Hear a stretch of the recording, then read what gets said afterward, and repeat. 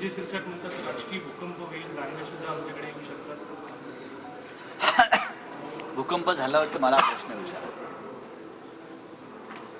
जालना जिल्हा हा काही शिवसैनिकांचा राज ठाकरेंच्या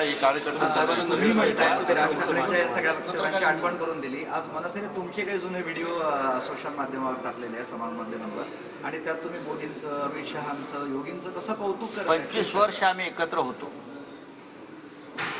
हे लपून राहिलेलं नाही.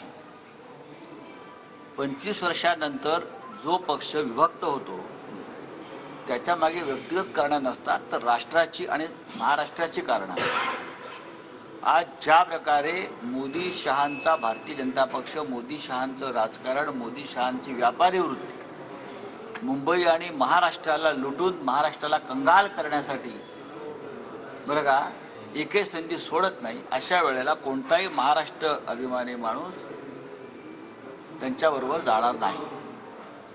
दुसरं असं आहे की अनेकदा राष्ट्रहितासाठी अनेकांनी अनेक भूमिका बदललेल्या आहेत.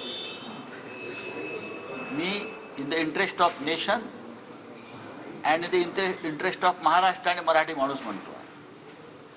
अनेकांनी संयुक्त महाराष्ट्राच्या काळापासून राज्याच्या आणि देशाच्या हितासाठी अनेक प्रमुख लोकांनी आपल्या भूमिकात बदल करून जे राष्ट्राच्या हिताचा आणि राज्याच्या हिताचा आहे त्या भूमिका घेतलेल्या आहेत.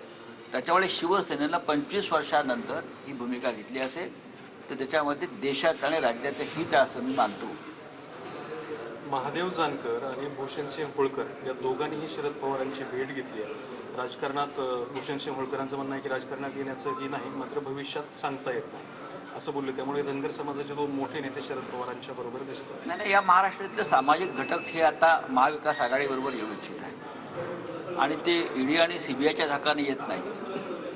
तर सामाजिक परिस्थिती पाहून, राजकीय परिस्थिती पाहून महाराष्ट्राची ते आमच्याबरोबर येतात. थँक्यू, धन्यवाद.